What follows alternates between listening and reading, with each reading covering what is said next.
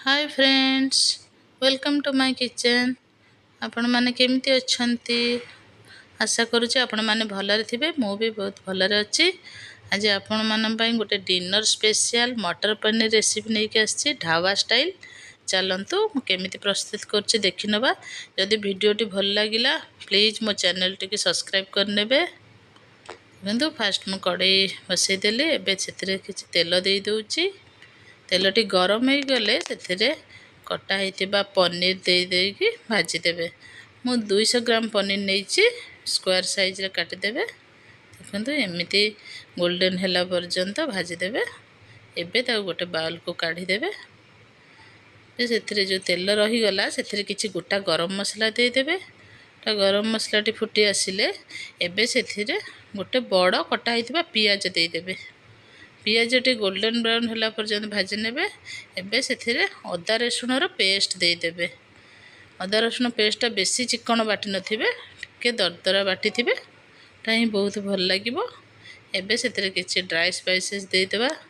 लंका गुंड गोटे चमच, जीरा गुंड गोटे चमच, धनिया गुंड गोटे चमच, हळदी गुंड गोटे चमच देकी ताके एबे से कसी देबे। एबे सेतिर किछि टिके पानी दे देबे जेमति मसलाटा जळी न जीवो। पानी देकी भलसे चले देबे। एबे सेतिर गोटे कटा आइतबा टमाटो दे देबे। आउ किछि स्वाद अनुसार लूण दे देबे। टमाटो सिझी जीवो, मसलाटा भलसे सिझी जीवो। सेतिर आउ किछि पानी दे दे किने मसलाटा भलसे कसी देबे। जत्ते मसलाटी कसीबे सेते टेस्ट आसीबो। सेतिर किछि काश्मीरी लंका गुंड दे देली, एमती कलर हबो, स्पाइसी हबो नै। एबे सेतिर मटर दे देबे। तो मटर पनीर मटर तो निहाती पड़िबो। जे मटर देकी ताको भलसे कसी देबे।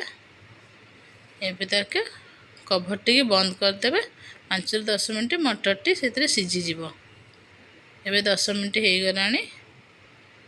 एबे कवर टी काढ़ी की ताको कसी देबे। तापर सेतिर किछि टमाटो केचप दे देबे। ढाबा स्टाइल जो ढाबा रे ही निश्चित सब रेसिपी रे टमाटो सॉस ही पड़े। एबे सेथिरे फ्राई होइतिबा पनीर को दे देबे। पनीर की दे देकी ताको भलसे चलेइबे। एबे सेथिरे किछि चीनी दे देबे। जेतु टमाटो पड़ीची, टमाटो सॉस ही पड़ीची, टिके खट्टाटा बैलेंस पाई सेथिरे किछि चीनी दे देबे। सेथिरे कसूरी मेथी दे देबे। आउ गरम मसला दे देबे। गरम मसला देकी ताको भलसे कसीबे। जेते कसीबे बहुत ही बढ़िया बास्ना आसुची। तो कसीबे तापरे जे घरे थिबा मलाई आपण दे देबे। नले अमूल क्रीम भी दे पारिबे। मोर घरे मलाई थिला जेतु मु सेति बाइन दे देली मलाई। एबे देखंतु मलाई कसी आइलानी, तेल केमती छाड़ी आसलानी। एबे सेटा ग्रेवी पाई आपण पानी दे देबे।